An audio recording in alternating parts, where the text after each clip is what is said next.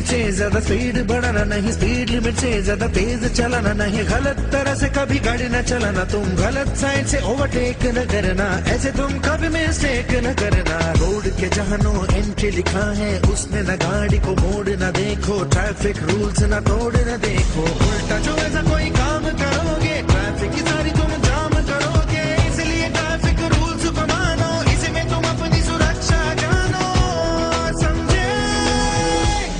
ए भाई जरा देख के चलो।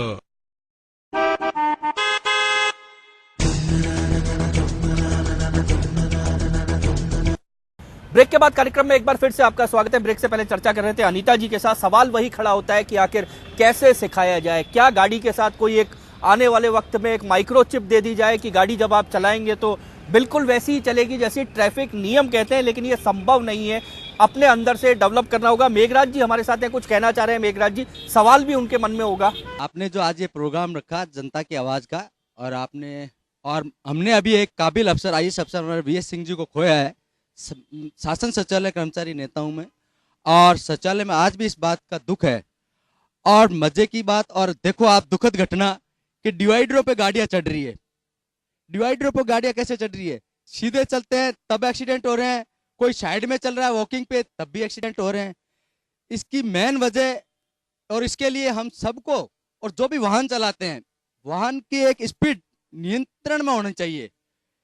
और ट्रैफिक पुलिस का जहां तक सवाल है, तो ट्रैफिक पुलिस जैसे सुबह 9:30 बजे से पहले, या 6 बजे का टाइम, या रात को 10 बजे बाद में, तो ऐसी व्यवस्था होनी चाहिए कि पुलिस भी नियंत्रित, क्योंकि जनता की आजकल यही एक हो गई है टेंडेंसी कि पुलिस तो है नहीं, गाड़ी स्पीड में दौड़ो, 100 की दौड़ाओ, 200 की दौड़ाओ, 50 की दौड़ाओ। तो एक भय से ही बेल्ट लगाता है इंसान, और भय से ही हेलमेट लगा रहा है।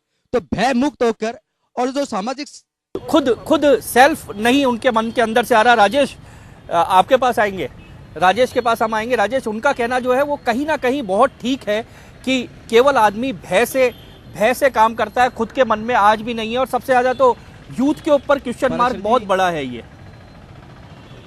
आप लोगों के ऊपर बड़ा सवाल है कि गाड़ियां तेज चलाते हैं, हर नियम को तोड़ने की आदत कहीं ना कहीं एक यूथ ने बना ली है।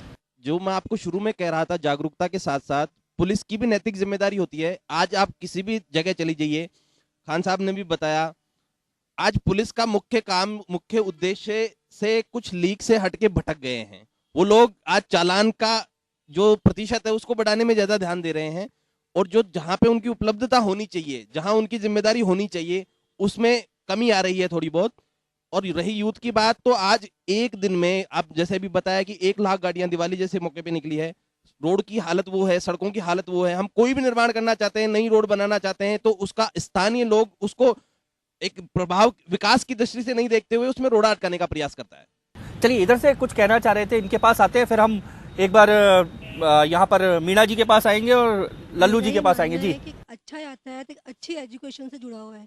हमारे यहाँ पे जो एजुकेशन सिस्टम है, वहाँ पे कोई भी इस तरह का कोई लेसन नहीं है जहाँ बच्चों को ये समझाया जाए कि किस तरह से रोड पे चलना चाहिए, कैसे अपने आप को फिट रखना है, कैसे फाइन रखना है गाड़ी चलाते समय। क्योंकि एक एक्सीडेंट होता है तो वो एक बच्चे का नहीं होता, एक घर का नहीं होता।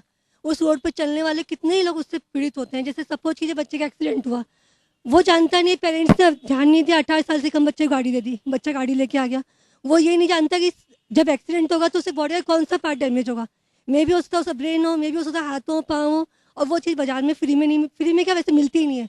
जो चीज़ हमें गॉड ने दे दी वो हमें कहीं किसी हॉस्पिटल में वो चीज़ नहीं मिल सकती। तो बच्चों को अवेयर होना चाहिए, पेरेंट्स को अवेयर होना चाहिए, इवन हमारे एडमिनिस्ट्रेशन को अवेयर होना चाहिए इस बारे में कि किस तरह से हम ये लेसन पढ़ाए, एजुकेशन सिस्टम को सुधारें।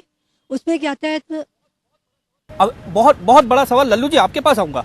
बच्चा घर पर गाड़ी लेकर निकल रहा है, हम अवेयर ही नहीं है कि आखिर कहाँ जा रहा है, क्यों जा रहा है। ये एक बड़ा सवाल उन्होंने उठाया है कि 1 लाख गाड़ियां, जो खान साहब ने कहा था 1 लाख गाड़ियां कुल मिलाकर बिक गई हैं।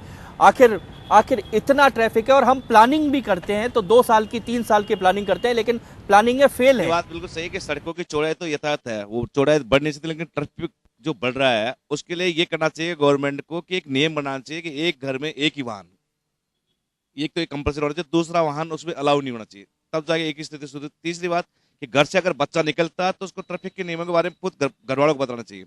मैं इस बारे में मेरा ये मानना है कि जब 9वीं क्लास का बच्चा एक फिल्म का पूरा गाना सुना सकता है, याद कर सकता है, तो वो 9th क्लास में ट्रैफिक नियमों क्यों नहीं पहचान सकता? उसको ट्रैफिक नियम पूरे आने चाहिए।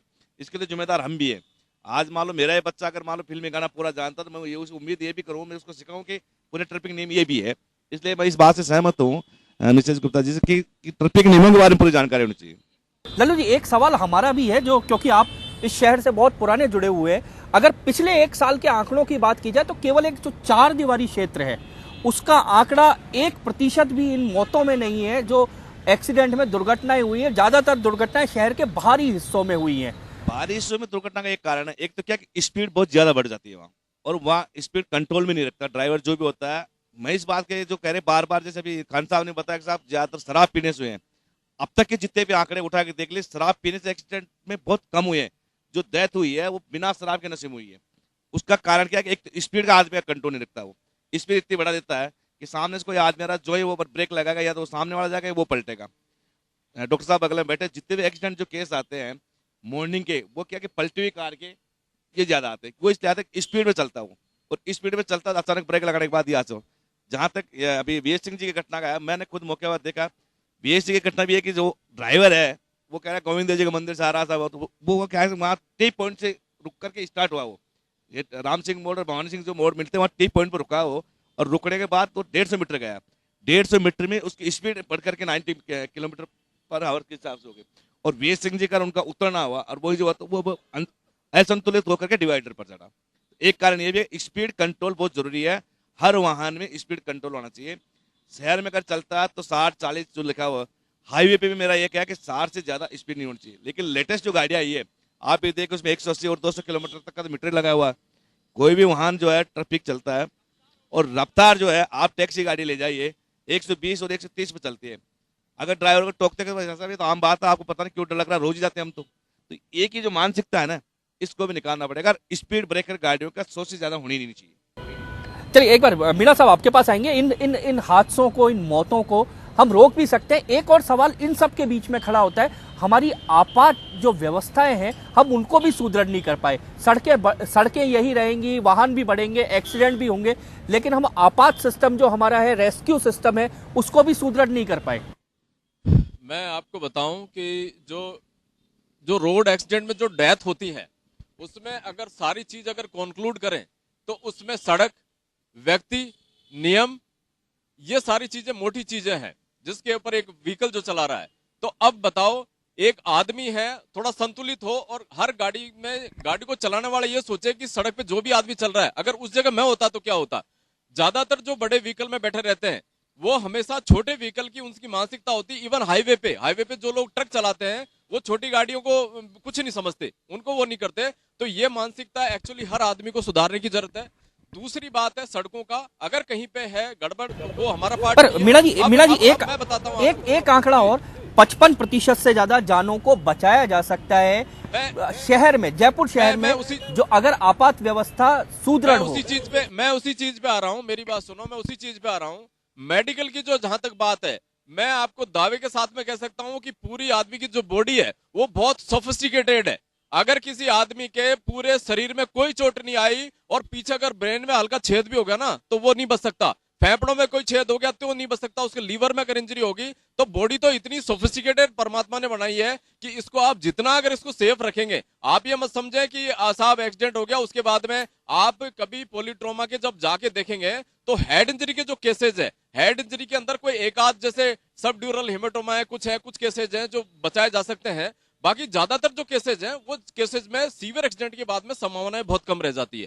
अब बात आ जाती है व्यवस्था की, तो व्यवस्था के अंदर जो हम लोगों ने ऑब्जर्व किया है, आदमी को व्यक्तिगत रूप से अपने खुद का बैलेंस रखना पड़ेगा, मानसिक रूप से संतुलित होकर इस देश के लोगों के लिए जिम्मेदारी, आपस में एक दूसरे के लिए जिम्मेदार बनना पड़ेगा। और ट्रैफिक पुलिस वाले को उसी जो आपने बहुत महत्वपूर्ण पॉइंट उठाया, उसके साथ ही मैं आ रहा हूं। लल्लू जी आपके पास आऊंगा, मीणा जी आपको रोकता हुआ आऊंगा। एक बड़ा सवाल है, आज ये मानसिकता और हमारे अंदर से ये भी खत्म हो गया कि एक्सीडेंट देखकर हम सामान्य से अपनी गाड़ी को उसके पास से तेज गुजारते हुए ले जाते हैं, 2 मिनट रुकने की जहमत नहीं उठाते, जबकि अगर हम 2 मिनट रुक जाएं तो शायद एक आदमी की जान बचाई जा सकती है। उसके लिए मैं कानून को जिम्मेदार मानता हूँ कि हर आदमी एक्सीडेंट से दूर क्यों जा रहा है। वो इसलिए जा रहा है कि अगर आज एक्सीडेंट हो गया और आम आदमी उसको लेके भी जाता है तो पुलिस सबसे पहले उसके सवाल करती है, 10 बार उसको चक्कर लगाती है, आपने क्या देखा, आप कब लेके गए, और उसको एक खाम का एक गवाह और बना देती जाती है, और गवाह के चक्कर में क्या है, उसको कोर्ट में सालों तक चक्कर लगाना पड़ता है। इसलिए इस मामले में क्या है कि कानून में एक सरलता होनी चाहिए, और एक्सीडेंट के मामले में कम से कम होनी चाहिए कि एक्सीडेंट होकर कोई उसको पहुंचा भी रहा है तो आप उसको संदेह की नजर से नहीं देखे। कई बार क्या होता है कि गले पड़ जाते लोग कि आप ही साहब एक्सीडेंट करके लाए हो, और बिना मतलब अनावश्यक फंस जाता है वो। ऐसे कई मामले सामने भी आए हैं, फिर जांच भी होती है, फिर लेकिन उसका पीछा नहीं छूटता, और ये नहीं कहने प्रकार ने घायल होने वाला कहता साहब मुझे पता नहीं, इसी ने मारा होगा। तो ये भी एक बहुत बड़ी चीज है। तो ये चीजें की तरफ अपने को भी ध्यान देना चाहिए, समाज को, और कानून में भी इसमें तो लानी चाहिए। मीणा जी, हमेशा जब भी कभी एक्सीडेंट होता है तो एक्सीडेंट से पहले अगर आपने गाड़ी रोक दी, मान लो इस साइड का है, एक्सीडेंट से पहले अगर आपने गाड़ी रोक दी तो आप समझदार हैं। अगर एक्सीडेंट के बाद में आपने गाड़ी रोक के पूछा कि ये है, तो जो देखने वाले लोग हैं वो हमेशा ज्यादातर केसेस में डाउट करते हैं कि इस आदमी ने एक्सीडेंट किया है। ये बहुत बड़ा मेरा खुद का पर्सनल एक्सपीरियंस है। एक बार एक स्कूटर पे एक्सीडेंट हो गया, मैं जा रहा था, ये वैसे मैं बताऊं आपको, ये मानवता के हिसाब से बहुत बड़ी संवेदना है, और मैं उन लोगों को बहुत इज्जत देता हूं जो बेचारे सड़क पे किसी को गिर गया देख कर उसकी मदद के लिए आते हैं। पर हमेशा ये टेक्निकली इस बात का भी ध्यान रखना चाहिए कि एक्सीडेंट हो गया तो उसके आगे गाड़ी खड़ी नहीं करे, उससे पहले ही करे। ये इन्होंने एक तकनीकी पक्ष भी बता दिया है। बहुत सारे सवाल यहाँ पर उठे हैं, जिम्मेदारी भी आखिर कौन जिम्मेदार है ये भी यहाँ पर आया है, लेकिन सिर्फ इससे पल्ला नहीं झाड़ा जा सकता कि जिम्मेदार ये लोग हैं। आखिर इसका हल क्या हो, ये बड़ा सवाल है। कार्यक्रम में अभी लेंगे ब्रेक, और ब्रेक के बाद जब हम लौटेंगे सिर्फ इस पे चर्चा करेंगे कि आखिर सुधार के लिए क्या हो।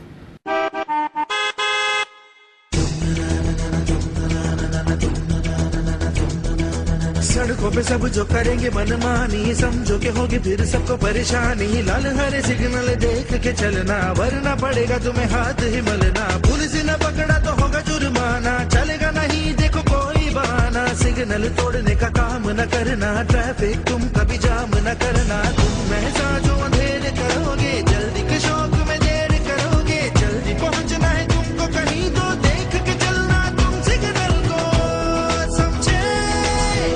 ए भाई जरा देख के चलो।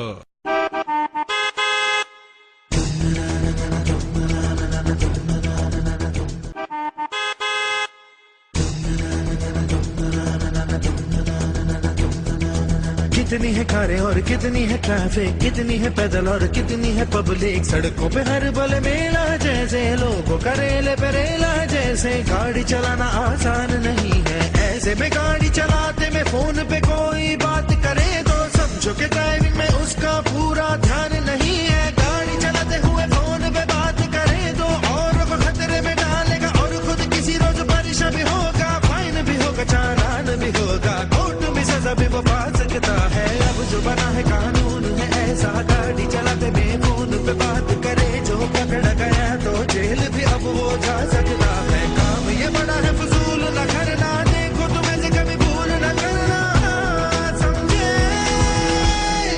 ए भाई जरा देख के चलो।